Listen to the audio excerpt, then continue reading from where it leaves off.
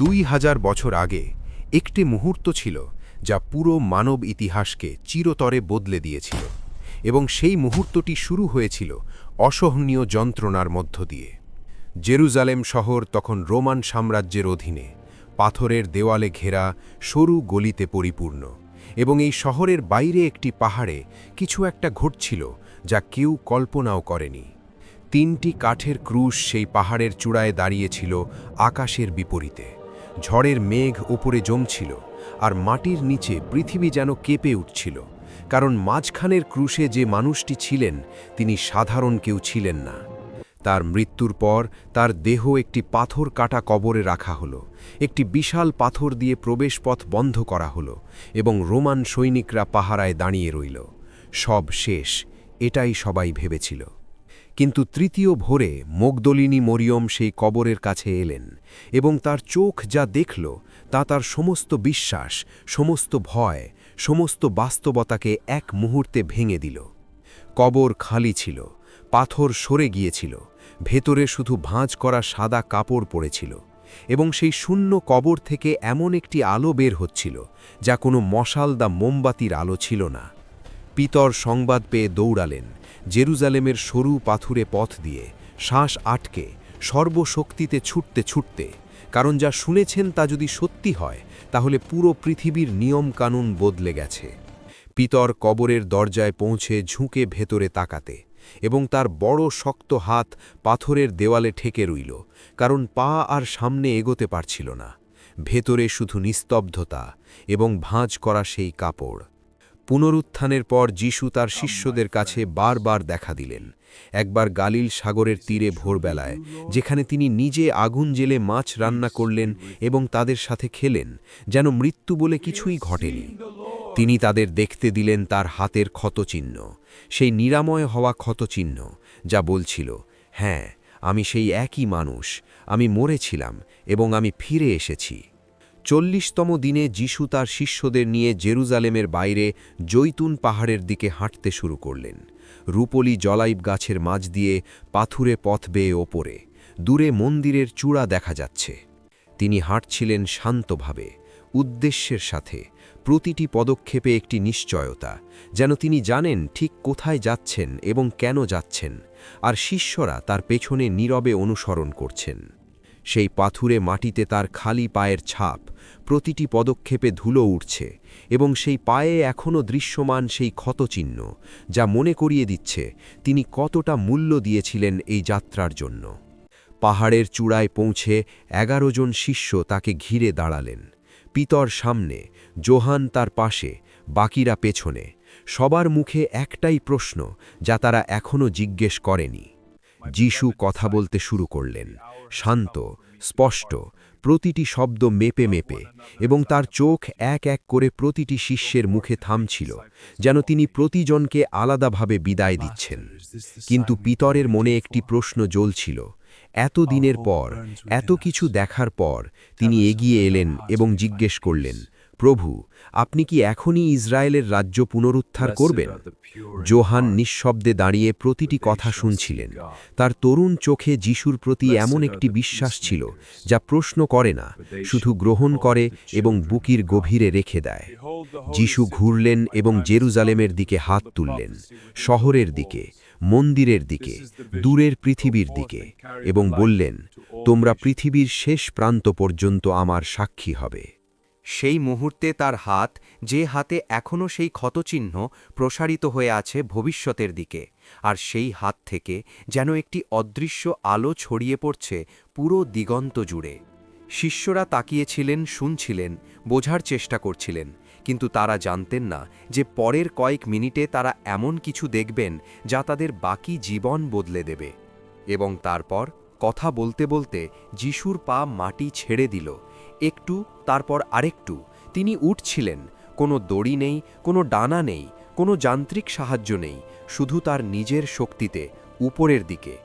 পিতরের মুখ হাঁ হয়ে গেল। তার চোখে যা ছিল সেটা ভয় নয়, বিস্ময় নয়, এটা ছিল এমন একটি অনুভূতি যার জন্য মানুষের ভাষায় কোনো শব্দ নেই।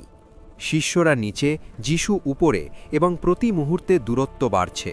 তার সাদা রোব বাতাসে উড়ছে, তার চেহারা ধীরে ধীরে ছোট হয়ে আসছে, কিন্তু সেই আলো ছোট হচ্ছে না, বরং বাড়ছে।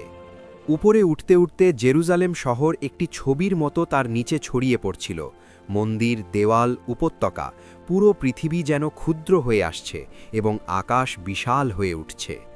তার পা, সেই ক্ষতচিহ্ন সহ পা, এখন পৃথিবী থেকে অনেক উঁচুতে খোলা আকাশে ঝুলছে। নিচে শিষ্যদের ক্ষুদ্র মূর্তি এবং দূরে জেরুজালেমের প্রাচীর দেখা যাচ্ছে। নিচে শিষ্যরা, কেউ হাত তুলেছেন, কেউ হাঁটু গেড়েছেন, কেউ একেবারে পাথর হয়ে গেছেন, কিন্তু সবার চোখ এক জায়গায়, সেই উজ্জ্বল মানবাকৃতির দিকে যিনি আকাশে উঠে যাচ্ছেন। আলো বাড়ছিল, তার রোব থেকে, তার মুখ থেকে, তার পুরো অস্তিত্ব থেকে, এমন একটি আলো যা চোখে সহ্য করা কঠিন, কিন্তু চোখ ফেরানো আরও কঠিন। আকাশের উপর থেকে দেখলে পুরো দৃশ্যটা এই রকম ছিল। একটি ছোট পাহাড়ের চূড়ায় 11টি ক্ষুদ্র মানব ছায়া, তাদের মাঝ থেকে একটি উজ্জ্বল বিন্দু আকাশের দিকে উঠে যাচ্ছে, আর নিচে সমগ্র জেরুজালেম নিঃশব্দে সাক্ষী হয়ে আছে। তারপর একটি মেঘ এলো, কিন্তু এটি সাধারণ মেঘ ছিল না, এটি ভেতর থেকে জ্বলছিল। এর কিনারা তীক্ষ্ণ এবং উজ্জ্বল, এর আলো সোনালি এবং সাদা। বাইবেলে এই ধরনের মেঘকে বলা হয় ঈশ্বরের মহিমার মেঘ। সেই মেঘ যিশুকে গ্রহণ করতে শুরু করল, প্রথমে তার পা, তারপর তার কোমর, তারপর তার কাঁধ, এবং সব শেষে তার মুখ, সেই শান্ত আলোকিত মুখ মেঘের আলোয় মিশে গেল। মেঘ এখন উপরে, আলো এখনও ভেতর থেকে স্পন্দিত হচ্ছে, কিন্তু যিশু আর দেখা যাচ্ছেন না। শিষ্যরা নিচে দাঁড়িয়ে, সবার মুখ উপরে, হাত আকাশের দিকে, যেন তারা বিশ্বাসই করতে পারছেন না যা এইমাত্র চোখের সামনে ঘটল।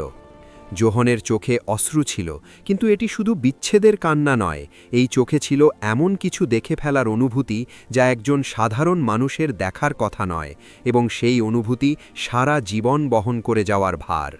মিনিটের পর মিনিট কেটে গেল, শিষ্যরা নড়লেন না, তারা শুধু তাকিয়ে রইলেন সেই আকাশের দিকে, যেখানে মেঘ এখন একটি ছোট উজ্জ্বল বিন্দুতে পরিণত হয়েছে, তাদের পা যেন মাটিতে গেঁথে গেছে। এবং তখন কোনো আওয়াজ ছাড়া, কোনো পদশব্দ ছাড়া, দুজন সাদা পোশাকের মানুষ শিষ্যদের ঠিক পাশে দাঁড়িয়ে গেলেন, যেন তারা সবসময়ই সেখানে ছিলেন, শুধু এইমাত্র দৃশ্যমান হলেন। পিতর চমকে পেছনে সরে গেলেন। তার পাশে দাঁড়ানো সেই মানুষটির চেহারা মানুষের মতো, কিন্তু মানুষের নয়। তার রোব থেকে আলো বেরোচ্ছে, তার উপস্থিতিতে বাতাস ভারী হয়ে গেছে। প্রথম স্বর্গদূত বললেন, এবং তার কণ্ঠ শান্ত ছিল, কিন্তু সেই শান্তিতে এমন একটি কর্তৃত্ব ছিল যা পাহাড় স্থানান্তর করতে পারে। তার হাত উঠল শিষ্যদের দিকে একটি প্রশমনকারী ভঙ্গিতে। দ্বিতীয় স্বর্গদূত নীরবে পাশে দাঁড়িয়েছিলেন, তার দৃষ্টি প্রথম সেই আকাশের দিকে যেখানে যিশু অদৃশ্য হয়েছেন, তারপর ধীরে ধীরে নামল শিষ্যদের দিকে, এবং সেই দৃষ্টিতে ছিল এক অনন্তকালের প্রশান্তি। দুই স্বর্গদূতকে ঘিরে 11 জন শিষ্য, পিতর সামনে, যোহন তার পাশে, সবাই এখন মনোযোগ দিয়ে শুনছেন, কারণ এই মুহূর্তে বলা প্রতিটি কথা তাদের বাকি জীবনের পথ নির্ধারণ করবে।